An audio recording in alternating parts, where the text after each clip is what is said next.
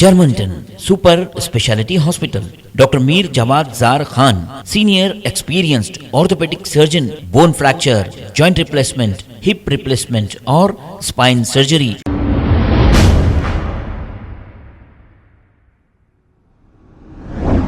अस्सलाम वालेकुम नाजरीन, 7H न्यूज सच को रखे आपके आगे।